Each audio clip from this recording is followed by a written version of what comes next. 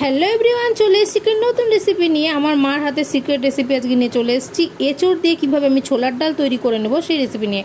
ছোলার ডালটাকে আমি ভালোভাবে সেদ্ধ করে নিয়েছি, এঁচড়গুলোকে কেটে ধুয়ে নিয়েছি। এদিকে সরষা তেল দিয়ে দিলাম, শুকনো লঙ্কা, তেজপাতা দিয়ে দিলাম, এর মধ্যে দিয়ে দিলাম 5 ফোড়ন, দিয়ে এটাকে ভালোভাবে নাড়াচাড়া করে আমি এঁচড়টাকে দিয়ে দিলাম। এঁচড়টাকে দিয়ে ভালোভাবে নাড়াচাড়া করে নিয়েছি।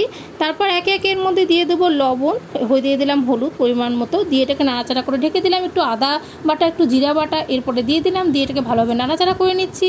এটাকে ভালোভাবে ফ্রাই করে নিতে হবে। আর এটা কিন্তু মাঝে মধ্যেই কিন্তু দেখতে হবে যে এঁচড় থেকে তেল ছাড়ছে নাকি। যখন তেল ছাড়তে শুরু করে দিবে তখন কিন্তু আমাদের সেদ্ধ করে রাখা ছোলার ডালটা দিয়ে দিব, দিয়ে ভালোভাবে নাড়াচাড়া করে নেব। নিয়ে এটাকে কিন্তু বেশিক্ষণ সময় লাগে না, বেশিরভাগ টাইমটাই কিন্তু এখানে সেদ্ধ করার টাইমটাই লেগেছে। এর মধ্যে তারপরে দিয়ে দেবো সুগার ফ্রি। এখানে তোমরা সুগার ফ্রির পরিবর্তে চিনিও ইউজ করতে পারো, যেহেতু আমরা চিনি খাই না জন্য সুগার ফ্রি দিয়ে নিলাম। আর প্রয়োজন মতো এখানে আমি একটু ঘি দিয়ে নিলাম। আর ঘি তোমাদের ইচ্ছা মতো তোমরা দিতে পারো। ঘিটা আমরা যেহেতু একটু বেশি খাই জন্য একটু বেশি করে দিয়ে দিয়েছি। আর ঘিয়ের গন্ধটা কিন্তু খুবই সুন্দর লাগে। আর এরপরে নামিয়ে নেওয়ার পরেই দেখা যাবে সবজিটা এত টেস্টি হয়েছে। আশা করি তোমরা অনেকেই ট্রাই করবে। ভালো লাগলে অবশ্যই লাইক